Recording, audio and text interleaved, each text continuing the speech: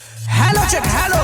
जी हाँ मेरे दोस्तों, हर साल के भांति इस साल भी नवयुवक सरस्वती पूजा समिति आप लोगों को हार्दिक हार्दिक अभिनंदन करती है और करती ही रहेगी। तो उठाइए दोनों हाथ और प्रेम से बोलिए सरस्वती माता की जय। सरस्वती मैया के भसान होतै रे, जोहो मेरे खूबे धमसान होतै रे, जोहो मेरे खूबे धमसान होतै रे। ए सरस्वती मैया के भसान होतै रे, जोहो मेरे खूबे धमसान होतै रे। डीजे बजाई के डांस चलतै, पूरा रसता में डांस चलतै, खूबे रे भाई रोमांस चलतै रे, रोमांस चलतै।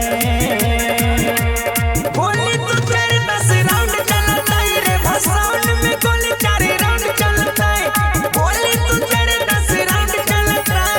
हमारे कार्यकर्तागण से निवेदन है कि कलश यात्री को किसी प्रकार का परेशानी नहीं होना चाहिए। अरे अरे दो चार लड़का डीजे के पास छुकुर बुकुर कर रहा है। हरचंद कुमार डीजे के पास आके उस लड़के को बाहर निकालो।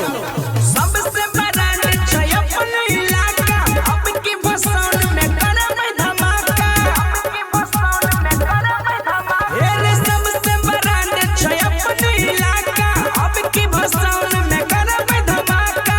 डीजे बजाई के डांस चलतै, पूरा रसता में डांस चलतै, खूबे रे भाई रोमांस चलतै रे, रोमांस चलतै। गोली तो 4-10 राउंड चलतै रे, भसाउन में गोली 4 राउंड चलतै, गोली तो 4-10 राउंड चलतै। हेलो चेक, डीजे वाले भाई डीजे का बेस बढ़ाकर खाली रंगदारी गाना बजने दीजिए, क्योंकि हमारे कार्यकर्ता लोग कट्टा फट्टा के साथ डांस कर रहे हैं। कृपया उनसे उलझने का कोशिश ना करें।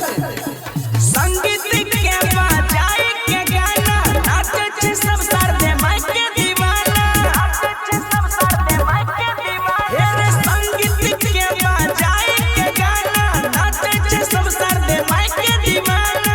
डीजे बजाई के डांस चलतै, पूरा रसता में